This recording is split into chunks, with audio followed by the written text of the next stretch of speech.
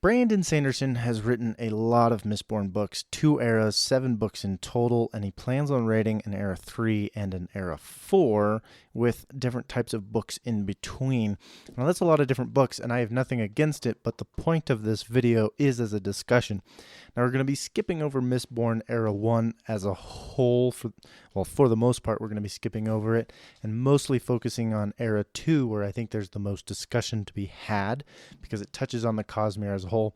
Now we're going to be going through the books briefly before we get into a discussion about Era 3 and Era 4, so if at any point you haven't read, the assumption here is that you've read Era 1, and then I'll be moving through the books, and feel free to click off at any point or skip ahead to the Era if you just don't care about what I have to say about these books. That's totally fine as well. And feel free to comment down below your thoughts as we go along. I love these videos as a discussion. That is the whole point of doing this. I want to hear your guys' thoughts and to see what you're thinking about the next coming books, how you feel about the current books, and where you would like things to go, if at all. So without a further ado, we're going to jumping into Era 2, Book 1, Alloy of Law. This book is good. It's not great.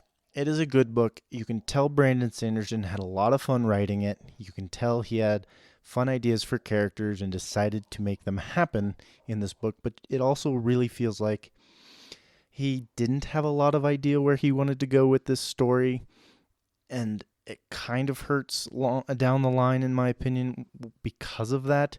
It is a good book, and he has a general arcing story of what he wants to do laid down. You can tell that much. But as far as characters go and overall story, it really feels like he didn't know what he wanted to do. And so for Era 1, or for Era 2, I should say, Book 1, it's good. It's not his best work. You can tell it was something a little different than what he was used to, but he had the idea in mind and that he wanted to write it. And you can tell he had a lot of fun writing it as well, which makes the book better, but ultimately it's not the best book. Moving on to Book 2, Shadows of Self, it is by far my favorite Era 2 book. It is the best one of all 4, in my opinion.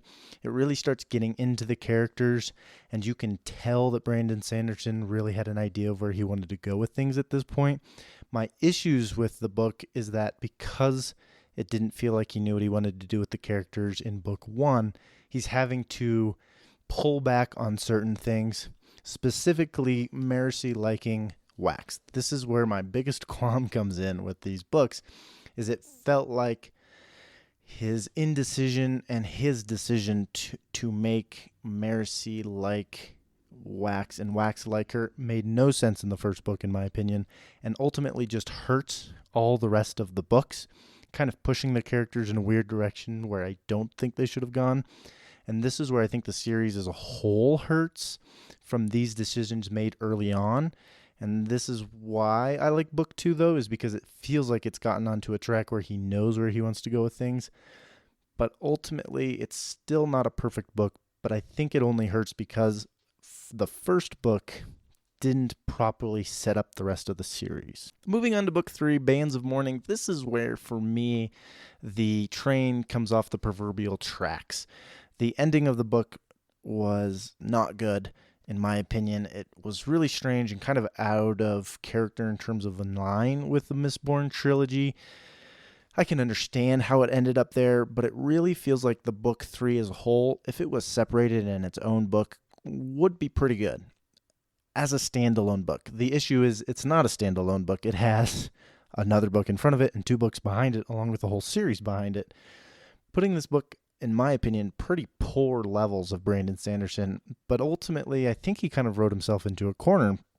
With Book 1 and Book 2, he forced himself into certain character roles and certain writing styles that kind of put him in a box that I just didn't think he probably enjoyed writing. I'm not sure about that at all, but I could imagine so. Again, the decisions he made with Mercy early on and the way she went as a character, for me, felt really poor. It started out really good, but the decision to make her gawk over Wax and Wayne, I think a little too much, in my opinion. It was what really hurt the character as a whole, which kind of turns her into a flat character that I didn't end up enjoying reading at all by the end of the series. Again, the book by itself is pretty good. The problem is it's not by itself. It's in a series. The book as a whole feels like what the issues are with Mistborn Era 2. It's as a whole, it feels like what the issues are. All these things come to light, and it feels forced in a lot of different ways, like he didn't know where he was going to go with this, / he had to force certain things in order to get them to go where he wanted. With book 3, it really didn't feel like he knew where he wanted to go with this book, / he had to force certain things in order to go where he wanted to with the following book. As a whole, it just kind of felt like he wrote himself into a corner and that he didn't really know how to get out of it. As a standalone book, it's really not that bad, but the problem is in the series, it's one of the worst of the 3 in the beginning. Not as bad as Alloy of Law, though I thought that was a decent book, but not nearly as good as Shadows of Self.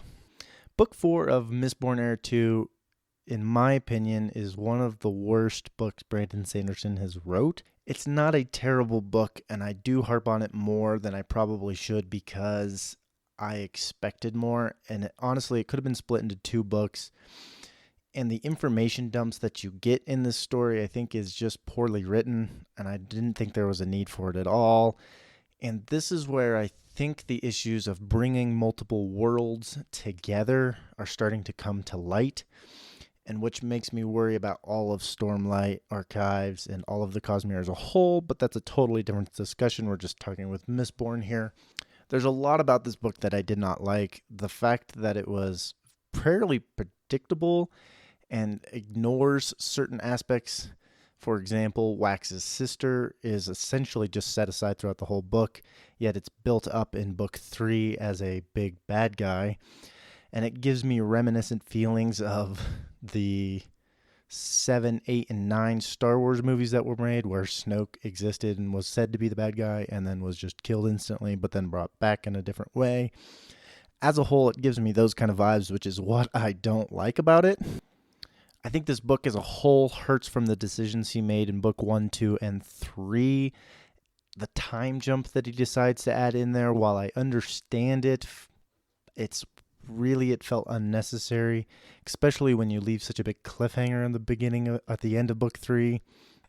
And again, it's predictable. The whole Wax not going to go save everybody and the focus on Marcy thing, while I don't dislike the focus on Marcy, it was unnecessary to go, Wax is retiring once again. It was pretty obvious he wasn't going to.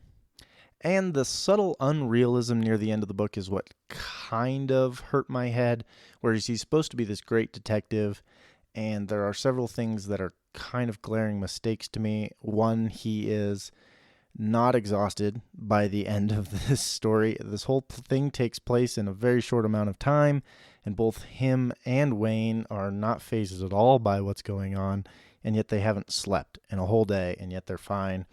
That part kind of annoyed me throughout the entire book, but it was something I could look over. But the fact that he was supposed to be this amazing detective and couldn't see the obvious signs of all the misdirection in front of him was a little annoying, because it felt like he should have known it. If I see it, he should have been able to see it before I could see it. And again, the huge information dump that he puts in there with Moonlight, I believe it is, talking to Marcy, I think he does it 2 or 3 different times. It was just painful to read for several different reasons. The biggest one in my mind being that if you have to information dump like that, there's a problem with the rest of the series or with the current book as a whole. It was really, really hard to read because it was a bunch of information all at once. And my wife, who hasn't read most of the rest of the Cosmere, found it really annoying to read because she didn't know what was going on. And that was really frustrating for her to have pages of essentially information about the rest of the universe that didn't apply to her / felt like spoilers in a way. Again, as a Cosmere whole, there's a lot revealing in this book with Kelsier being in there and the things that come to light with him and his team. But as a whole, it really put a worry seed inside of me with not knowing exactly what Brandon Sanderson plans on doing with the connection between them and other worlds. It's a little hard to understand what's going to happen and how he's going to tie in all of these things coming together. But again, if he puts it in the work and time and effort and really focuses on how he's going to do this, I think it could turn out really, really good. I think the issue with this series as a whole, it felt a bit rushed and a bit of off of a cool idea, but as a standalone series, it could have been really good. But the fact that it included so much information about the rest of the worlds is what I kind of disliked about this more than anything else. Ultimately, the series as a whole is worth reading, especially if you plan on reading the rest of the Cosmere or already have done so. But there are a lot of different aspects I would have personally changed. In fact, turning book 4 into a book 4 and 5 wouldn't have been a terrible idea to me had he gone in different directions from the beginning, but I understand how he ended up where he did. Now let's get into the discussion of Era 3 and Era 4. I have my concerns with this. The foremost in the front of my mind being the power system / magic system that is going on in this world. In the first Mistborn era, it was very clear that Mistborns and Mistings were exceedingly rare already.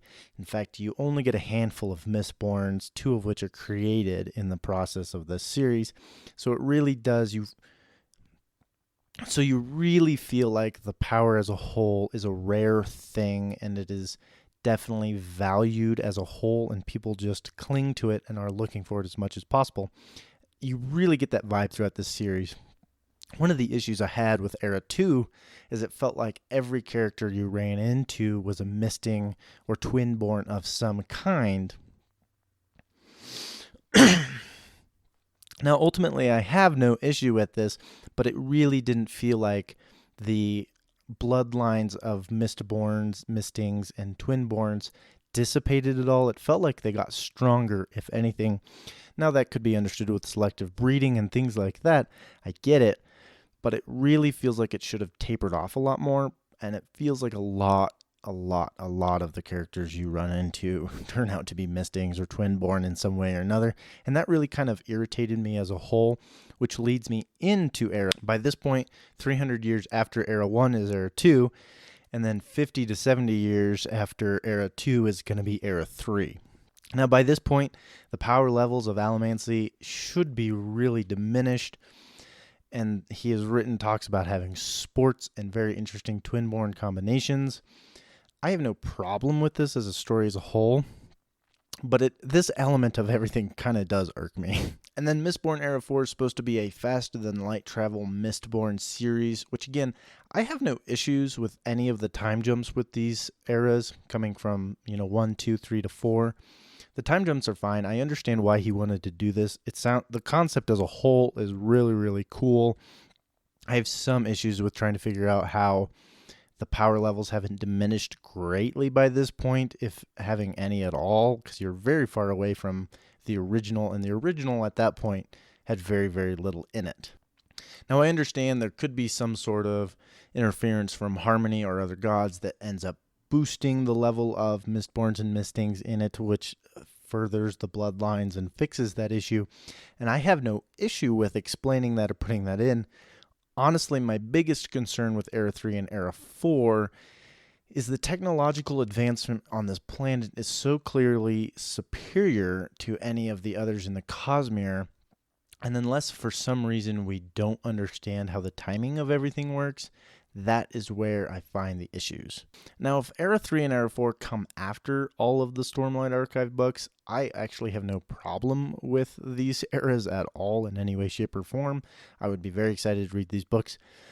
But my apprehension with these is the fact that with Book 4 of Era 2 and the huge dump of information concerning shards of the world and Cosmere as a whole and all the interconnected parts, and where it really felt like Brandon was just trying to get his basic readers, people who aren't super invested in the stories and putting all the puzzle pieces together and going through the wiki, felt like he was trying to pull these people up to speed with everything that was going on because he has plans of interlacing everything in the future, and that's where I have problems with Era 3 and 4. This world as a whole is already extremely powerful compared to the others, with Stormlight Archives kind of being the only planet that can rival the Mistborn trilogies in terms of power level, and that is where I think the issue kind of comes in. If you're going to advance their technology so far, you kind of have to pull back on their Mistborn powers, if it were, And I think it would be a really strange element to interlace essentially a 1980s technology world with, all of Stormlight. I think the dynamic as a whole will be interesting if he ends up doing something like that, but it's just going to hurt the Cosmere, and we're moving so far past fantasy in my mind at this point. You're moving past armor and swords. You're already into guns here, and that is where I kind of have huge issues with it. It doesn't feel fantasy at this point. Having the world as a whole bring up the technology level just here and then having them potentially interact with other worlds is kind of bothersome, unless in some way they get secluded and they do not touch other worlds. But even then, knowing that they exist with other worlds like Stormlight Archives being there, unless Stormlight Archives is somehow way in the past and we just don't understand it, I'm not entirely sure how he's going to tie this all together and keep it interesting and keep it from being kind of absurd, because with the end of book 3 and the end of book 4, everything felt a little absurd. And really, that's what's worrisome, is the fact that they could get to absurd power levels and be unrivaled and untouched. Granted, I could see how it can tie certain things together, but as a whole, I feel like it just pushes readers away. Now, if there was anyone to do the series, it would be him. My issue is that he likes writing so much that he's not going to slow down to focus on his big series and to really bring them to life, making them entirely immaculate. I think the secret projects, for example, are really interesting, but the fact that he was not doing them is what hints in my mind as to why Mistborn Era 2 kind of hurts. Now, that isn't to say he isn't going to write an excellent Mistborn Era 3 and 4, and it isn't to say that he isn't going to have great books in there. I'm sure he will, no matter what happens. My issues are when it comes to the whole Cosmere as a whole. I'm really interested to see where he goes with this, though, and I'd love to hear what you guys have as thoughts on this. I have my worries, but I'm still excited to read everything he writes and to find out where he goes with this. Thanks for watching this probably really long video at this point. If you've gotten this far, go pick up a book and put the screen down.